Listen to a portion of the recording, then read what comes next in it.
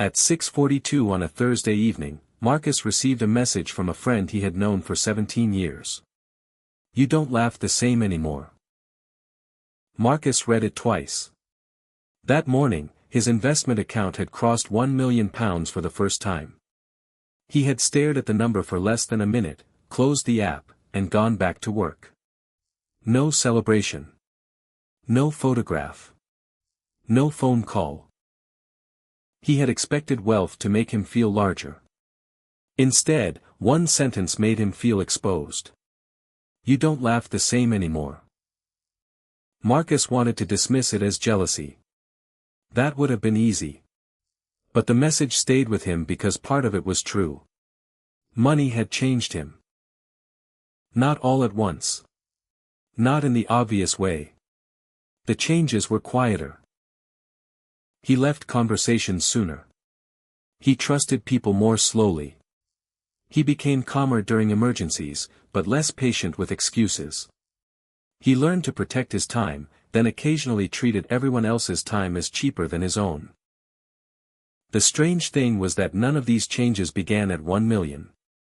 They began much earlier.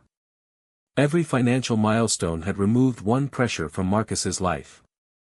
And each time a pressure disappeared, a different part of his personality stepped forward. Some parts were stronger. Some were colder. Some were finally honest. This is the part of wealth nobody warns you about. Money does not simply change what you can buy. It changes what you tolerate, what you notice, what you fear and, eventually, who you believe you are. Marcus's first milestone was not a promotion. It was 1 month of expenses in the bank. For years, his personality had been built around avoiding disruption. He agreed to extra shifts because saying no felt dangerous. He laughed at jokes he disliked because he could not afford tension with his manager. Anyone with power over his income seemed to own part of his attention. Then, after months of saving, Marcus built a small emergency fund. It was not enough to change his lifestyle. But it was enough to survive one bad month. The first time that money changed his personality happened on a Monday morning. His manager asked him to stay late for the 4th night in a row. Marcus already had plans with his younger sister. In the past, he would have cancelled without argument. This time, he heard himself say, "I can't tonight." The sentence was polite. The silence after it was not. His manager stared at him as though Marcus had broken an agreement neither of them had ever spoken aloud. For a few seconds, Marcus felt the old panic rise. Then he remembered the money. 1 month.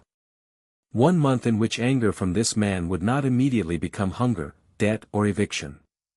Marcus went home on time. That first milestone did not make him rich. It made him slightly harder to control. And that is the first personality change money can create, boundaries. But boundaries have a shadow. Once Marcus discovered the power of saying no, he began using it too quickly. He declined harmless invitations and confused independence with distance. The lesson was not to return to being agreeable. It was to understand why he was saying no. A useful boundary protects something important.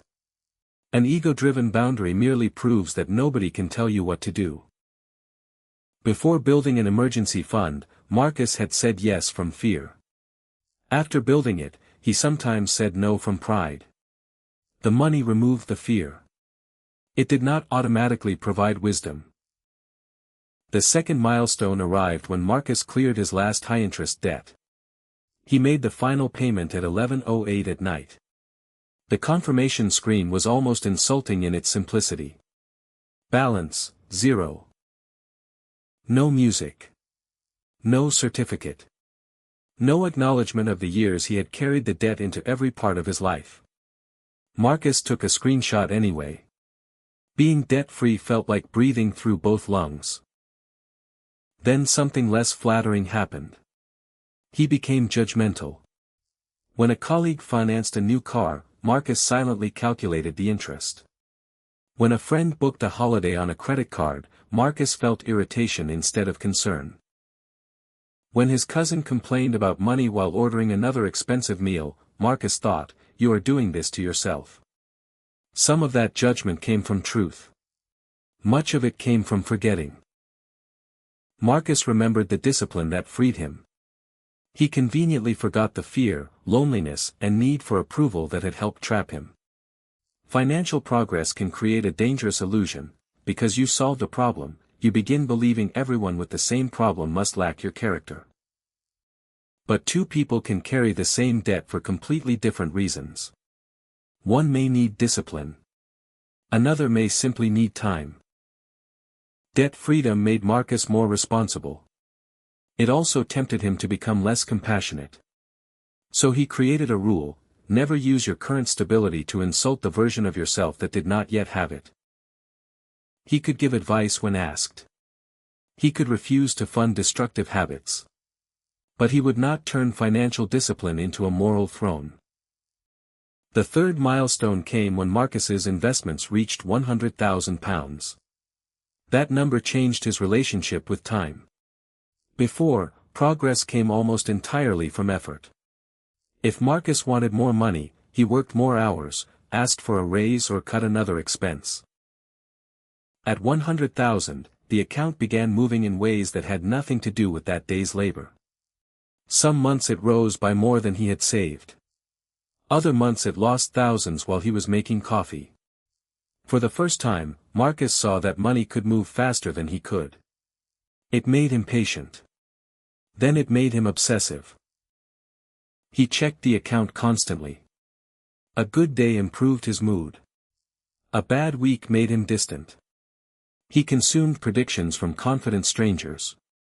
Then the market fell sharply. In less than a month, Marcus watched years of savings appear to shrink. He felt physically sick. Every instinct told him to sell, protect what remained and wait until the danger was over. But danger in markets rarely sends a message when it is finished. Marcus did nothing. Not because he was fearless. Because he had written his rules before the fear arrived. He kept emergency cash, diversified, and refused to make permanent decisions in temporary panic. The market eventually recovered, but the deeper change had already happened. Marcus learned that emotional control is a financial asset. At this milestone, his personality became less reactive. He stopped believing every alarming headline deserved a decision. He became slower to panic and harder to impress. But patience also had a shadow. He began treating every emotion as weakness. When his sister worried about her job, Marcus gave her a 5-year plan instead of listening. When a friend suffered a loss, Marcus explained resilience. He became so proud of staying calm that he forgot calmness is not the same as care. The advice Marcus eventually learned was simple: create rules for money, not for being human. Your investments may benefit from emotional distance. Your relationships usually do not. The fourth milestone was the first time Marcus's investments and side income covered his basic monthly expenses. He still worked. But survival no longer depended entirely on keeping one employer satisfied. That changed the way he entered rooms. He stopped treating every short email as a threat. He asked direct questions and challenged bad ideas that everyone else politely praised. People called him confident. The truth was more mechanical. The financial punishment for honesty had become smaller. This is one of the most powerful things money can do. It can reduce the price of courage. But Marcus discovered that courage and arrogance often wear similar clothes. At a meeting, a younger employee suggested a cautious approach to a risky project. Marcus interrupted him. "You're thinking too small." The room went quiet. Years earlier, Marcus had hated being dismissed by people who felt untouchable. Now he had become one of them. Walking away from a job is freedom. Acting as though everyone who cannot walk away is weak is arrogance. Marcus apologized to the employee the next day. Not vaguely. Specifically. He had confused having options with having better judgment. The practical lesson at this milestone is to use financial freedom to speak more honestly, not more loudly. Say no without humiliating people who still need to say yes. Leave bad environments without mocking those who cannot leave yet. Money may remove your fear of authority. Do not let it remove your respect for other people. The fifth milestone arrived when Marcus's net worth reached £500,000. Daily costs no longer frightened him. But he developed a new obsession: opportunity cost. A weekend away became money that could have remained invested. A quiet afternoon became income not produced. Dinner with family became a gap in the workday. Marcus had escaped the habit of measuring life in bills. Now he was measuring it in returns.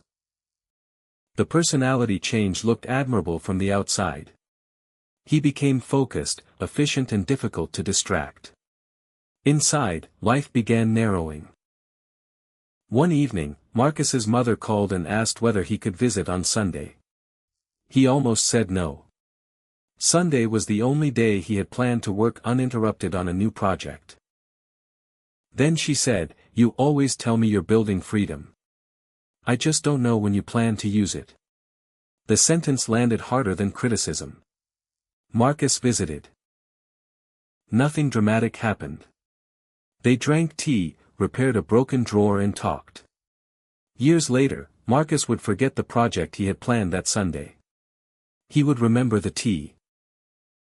At $500,000, money made Marcus value time. Then it tried to convince him that only productive time had value. The advice here is to separate expensive time from meaningful time. Not every hour needs to produce. Some hours need to connect, recover, wander, or simply pass. A wealthy life is not a calendar with no empty spaces. It is a calendar where the empty spaces belong to you. The sixth milestone was £1 million. This was the number Marcus had imagined for years. When he finally reached it, almost nothing changed that day. But other people changed when they learned. A friend joked that Marcus should pay for every dinner. A distant relative appeared with a business idea. Advisors began calling with exclusive opportunities. Marcus became suspicious. Every request felt like evidence. Every compliment seemed to contain an invoice. He told himself he was becoming discerning. Sometimes he was simply becoming cold. Wealth can make generosity easier and trust harder. Marcus began testing people without telling them. He delayed replies, understated his success and watched who stayed. But secret tests are unfair. People cannot pass rules they do not know exist. The turning point came when an old friend refused Marcus's offer of financial help. "I called because I needed to talk," the friend said. "Not because you have money." Marcus felt ashamed. He had become so alert to being used that he had stopped noticing when someone simply wanted him. The lesson at 1 million was not to trust everyone. It was to stop making suspicion feel intelligent. Put agreements in writing.